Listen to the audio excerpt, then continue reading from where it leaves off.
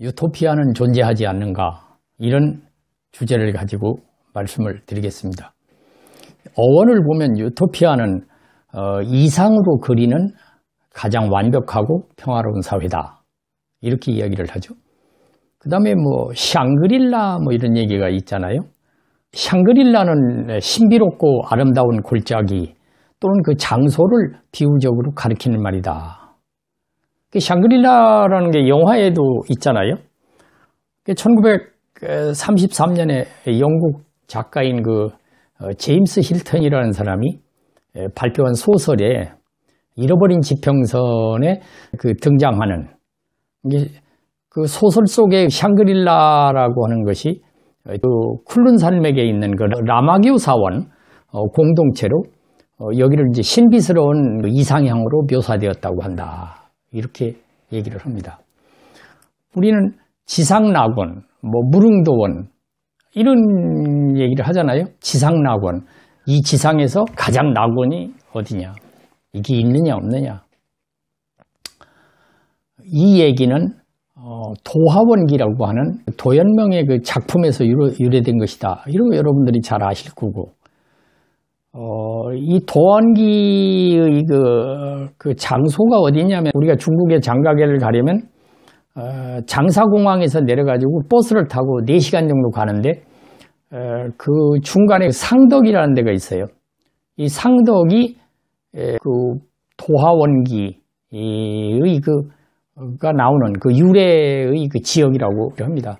이게 실제는 없었던 거고, 이상향을 그린 것이다, 도연명이 이상향을 그려서 이런 글을 쓴 것이다, 이렇게 얘기를 합니다. 근데 그것이 좀 구체적으로 나와 있어서 우리는 여기에 이제 의문을 가질 수가 있어요. 어떤 어부가 그 고기를 잡다가 어느 곳을 이렇게 지났는데, 그 복숭아 나무들이 쫙 있고, 좀 더 가니까 어떤 굴이 하나 나와서 그 굴이 겨우 한 사람 지나갈 정도였는데, 거기를 지나서 보니까 어떤 마을이 하나 나왔다. 그 마을이 너무 평화롭고 너무 정말 살기 좋은 그런 곳으로 이제 느껴졌다. 적어도 어부의 눈에는 이제 그랬다. 그 사람들이 어떻게 들어왔느냐 물어보고, 나중에 이제 서로 얘기를 하고 이러면서 자기들이 얘기를 했다는 거예요. 그게 언제 자기들이 여기를 오게 됐느냐. BC 210년이라고 그러니까, 그때 진나라가 개국하고 나서 만리장성 쌓고 이럴 때 진승오광난이 일어났단 말이죠. 그 밀란이 일어났단 말이에요. 그러니까 그때 당시에 이 사람들이 가솔들을 들이고 여기를 들어왔다. 그래서 진신안에 들어왔는데, 이 사람들이 이게 살면서 무슨 관청이나 다른 사람들 외부하고는 이제 교류가 전혀 없었던 것 같아요. 그게 없었는데, 그러다 보니까는 이 세월이 바뀌고 역사가 바뀌어도 몰랐다는 거죠. 그러니까 부지유한이라고 그랬어요. 한 나라가 있는 줄을 몰라요. 진나라 때 들어왔으니까. 그 한 나라가 400년 아닙니까? 그 다음에 삼국시대 때가 약 100년이니까 이제 500년이죠. 동진 말기였으니까, 이 시기가 동진 말기라고 합니다. 말기였으니까 이게 한 100여 년, 그래서 한 600년 이상 흘렀다는 거죠. 600년 이상 흘렀는데 이 사람들은 평화롭게 잘 살았어요. 그러니까 무슨 세금 걱정을 할 일도 없고, 관청에 징집 걱정을 할 일도 없고, 여기 사람들이 그러니까 아주 삶이 정말 좋았다. 평화스럽게, 지금 그 순간도 평화스럽게 살고 있었다. 그게 이상향이다, 그런 얘기죠. 그러면 그것이 우리는 생각할 때 이거는 단순히 작품이고 이런 이상향을 도연명이 그린 것뿐이지 실제는 이런 데가 없었다, 이렇게 얘기할 수 있어요. 또 그렇게 얘기를 하고 있어요, 많은 학자들이. 근데 중국을 보면은 그렇지 않은 곳도 있다는 거죠. 예를 들어서 말씀을 드리면, 이제 산서지방에 최근에 있었던 일인데, 말하자면 이제 지방정부든 중앙정부든 이게 통치하고는 전혀 연결이 되지 않는 그런 지역이 있었어요. 그게 뭐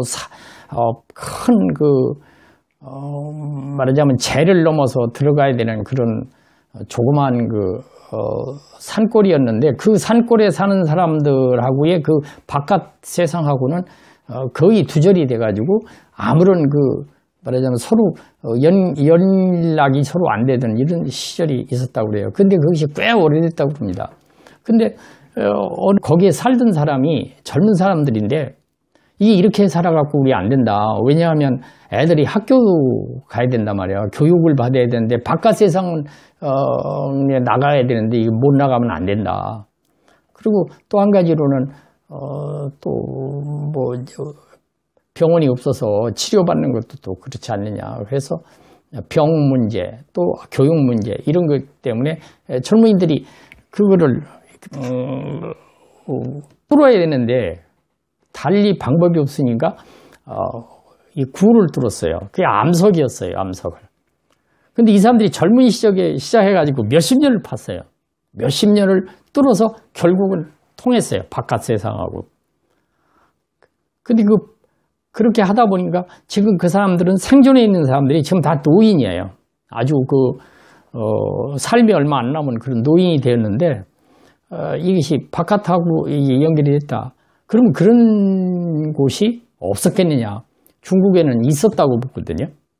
그러니까 실제 이것이 도연명이 쓴 이 글 중에 그런 지역이 있을 수도 있었겠다. 이렇게 생각을 해봅니다.